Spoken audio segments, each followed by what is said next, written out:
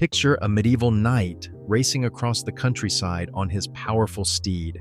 Majestic, heroic, and completely impossible. Here is what the movies will not tell you.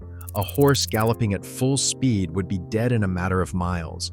Real medieval travelers moved at walking pace, covering maybe 20 miles on a good day. The saddles were wooden torture devices that shredded skin raw.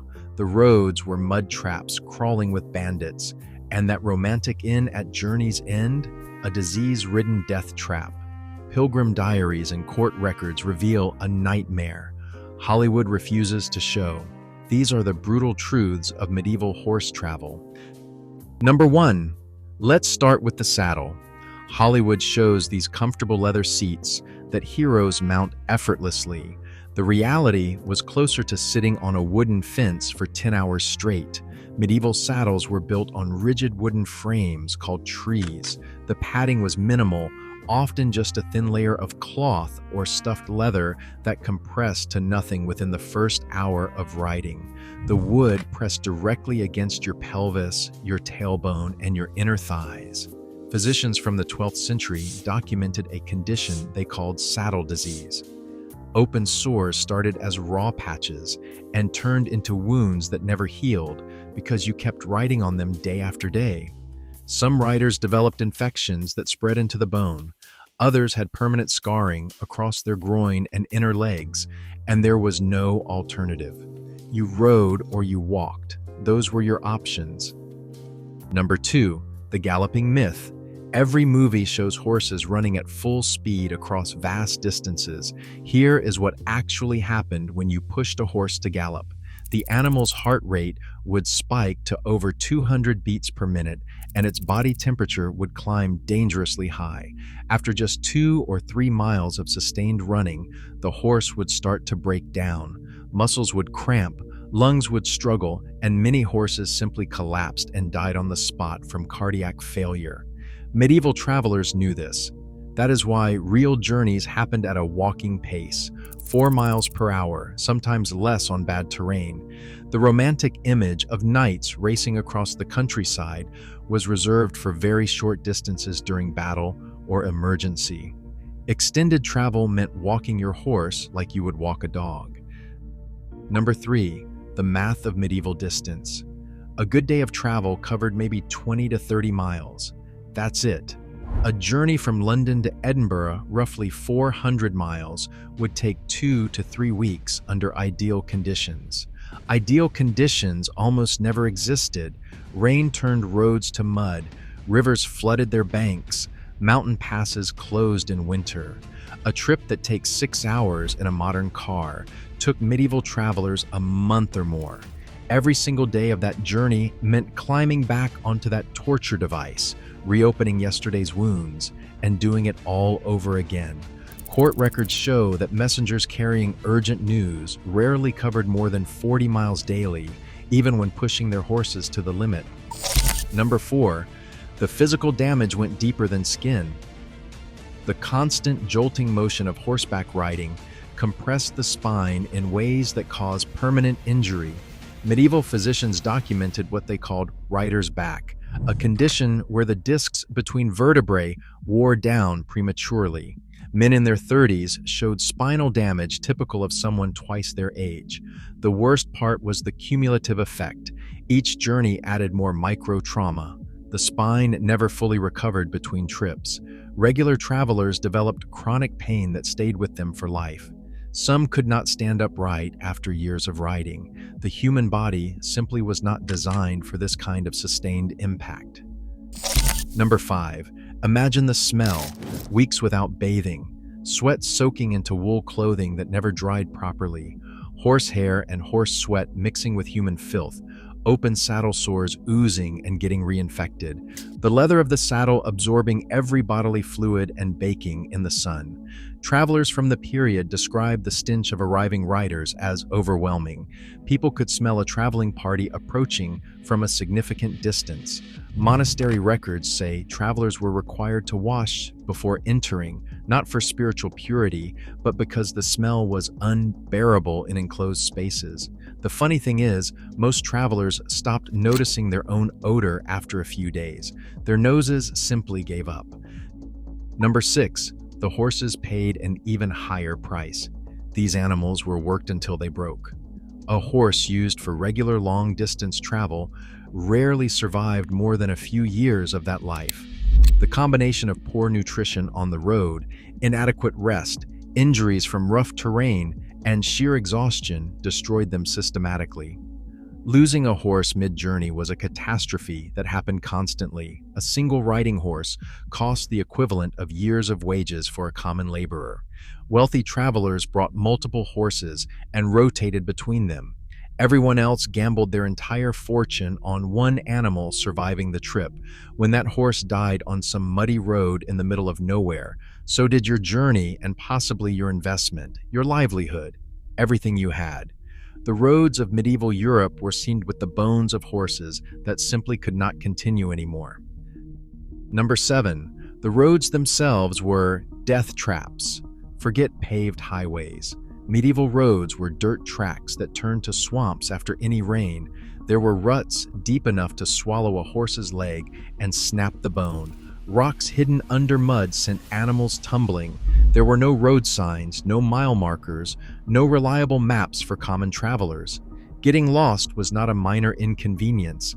It meant wandering into territory where no one spoke your language, where food and water ran out, where help simply did not exist. Court records from the 13th century document travelers who vanished completely between towns just 30 miles apart. Their bodies were sometimes found years later, sometimes never. Number 8. The bandits. Picture this. You are riding through a forest, the only route between two towns. The trees close in on both sides, and there is nowhere to run. This was the reality of medieval travel. Outlaws knew exactly where to wait. Choke points in the terrain made escape impossible. A single rider against 5 armed men had no chance. Even groups of travelers were vulnerable. The math favored the attackers every time. They chose the location, the moment, and the terms of engagement. Robbery was the best outcome. Many travelers were killed simply because dead men do not identify their attackers. Parish records list countless deaths attributed to unknown assailants on the road. Number 9. The inns spread disease like nothing else. Travelers from across the region crammed into shared beds, sometimes 4 or 5 strangers sleeping together for warmth. The blankets were rarely washed. The straw mattresses harbored fleas that carried plague. The water came from wells contaminated by nearby latrines. A sick traveler from one region would check into an inn for the night. Within a week, an entire town would be burying its dead. Monastery chronicles document outbreaks that spread along exact travel routes, inn by inn, town by town. There was no quarantine system. If you could pay, you slept. And whatever diseases you carried slept with everyone else. Number 10. The cold killed quietly. Imagine crossing mountain passes in winter with nothing but wool clothing, no waterproof layers, no insulated boots. When the wool got wet from snow or rain, it lost most of its warming ability. The human body loses heat 25 times faster in wet conditions than dry. Travelers caught in storms faced hypothermia within hours. Their fingers went numb first, then their feet, then their ability to think clearly. Many simply stopped to rest and never got up again. The bodies of frozen travelers were found every spring when the snow melted. Children and the elderly died first, but no one was truly safe from the cold. Number 11. Summer brought different horrors. Medieval travelers wore heavy clothing regardless of season. Social norms required it, and the clothing also offered protection from the sun and from insects. In July heat, that meant a death sentence. The body could not cool itself through sweating when covered in wool and leather. Core temperature would rise steadily over the course of a day of riding. Dizziness came first, then confusion, then collapse. Heat stroke killed travelers in their saddles. More experienced riders learned to travel only at night during the summer months. During the day, the road became an oven that cooked people slowly as they rode. Number 12. Any injury meant potential death. A broken leg from a fall off your horse was not just painful, it was a death sentence. You could not ride, you could not walk. There were no ambulances, no emergency services, no antibiotics for the inevitable infection. If your companions could not carry you to help, you were left behind. Physicians' records describe travelers who died from wounds that would be minor today. A deep cut that turned gangrenous, a sprained ankle that prevented escape from wolves. The margin for survival was razor thin. One mistake, one accident, one moment of bad luck could end everything. Number 13, women faced every danger men faced, plus one more. Traveling alone as a woman in medieval Europe was considered either desperate or insane. The threat of assault was constant, and it was widely acknowledged. Pilgrim accounts describe survival strategies women developed. They tried to travel only in groups. Some disguised themselves as men. Some pretended to be married to male traveling companions. Some carried hidden weapons, small knives strapped to their thighs. Others cultivated reputations for madness, acting erratically to make themselves seem like more trouble than they were worth.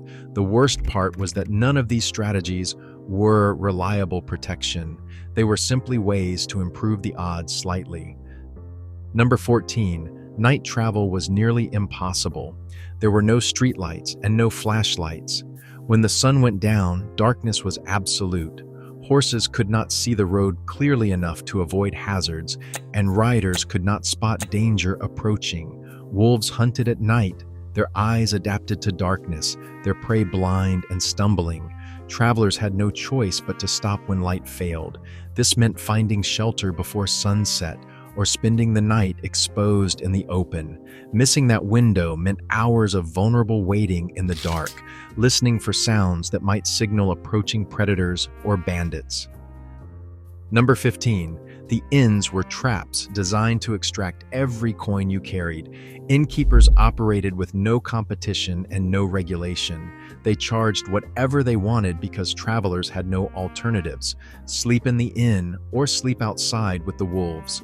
The prices tripled during bad weather, when desperation was highest. Food was often spoiled. Watered-down ale was sold at premium prices. Straw beds crawled with vermin. Theft was constant. Innkeepers knew exactly what travelers carried. Some worked directly with bandits, reporting which guests had money worth stealing. Court documents from the period show innkeepers convicted of robbing and even murdering their guests. The safe haven at the end of a hard day's ride was often the most dangerous place of all. Number 16. The guides who promised safe passage sometimes delivered you directly to your death. Local men offered their services to travelers unfamiliar with the terrain. They knew the roads, the safe river crossings, the places to avoid. At least that is what they claimed.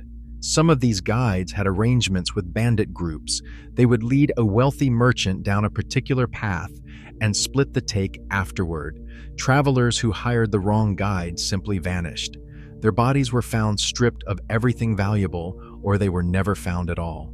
The worst part was there was no way to know which guides were legitimate. Trust was a gamble every time. Number 17. The church promised that pilgrimage would cleanse your soul. What they did not mention was that the journey might kill your body first. Thousands of medieval Christians set out for holy sites believing divine protection would see them through. The reality was brutal. The roads to Canterbury, Rome, and Jerusalem were littered with the graves of pilgrims who never arrived. Monastery records document a steady stream of deaths. Pilgrims succumbed to disease, exposure, violence, and exhaustion.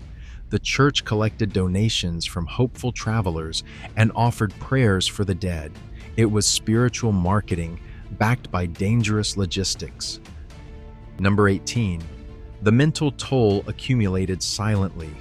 Weeks on the road required constant vigilance. Every stranger was a potential threat. Every night felt like a gamble on survival. The human mind was not built for sustained fear at that level. Travelers who completed long journeys often described what we would now recognize as trauma symptoms: inability to sleep without checking for danger, startling at ordinary sounds, and nightmares that continued for months after returning home. Medieval physicians had no framework for understanding psychological damage. They described travelers who came back changed, somehow broken in ways that were not visible. The body survived the journey. The scars on the mind never healed. Number 19. Survivors rarely talked about what happened on the road. There was shame attached to admitting fear, and shame in acknowledging how close you came to death. Men who watched companions die in bandit attacks kept silent about it for years. Women who survived assault buried those memories completely. The culture demanded stoicism. You completed your journey, you thanked God for your survival, and you never spoke of the horrors again. This silence is why Hollywood's version persists so easily. The real stories were buried with the people who lived them. Only scattered diary entries and monastery records hint at the truth. Most of it died unspoken. Number 20. The thousand-yard stare did not begin in the trenches of World War I. It was born centuries earlier on the roads of medieval Europe. Men who saw fellow travelers torn apart by wolves, women who witnessed their children die from fever in some nameless inn, families who lost everything to bandits and arrived at their destination with nothing but the clothes they wore. These people carried trauma that modern psychology would recognize instantly. But back then, there was no treatment, no understanding, no acknowledgement that such wounds even existed. They simply lived with it until they died. The survivors' accounts that do exist read like horror stories, not adventure tales. That is the reality Hollywood will never show you.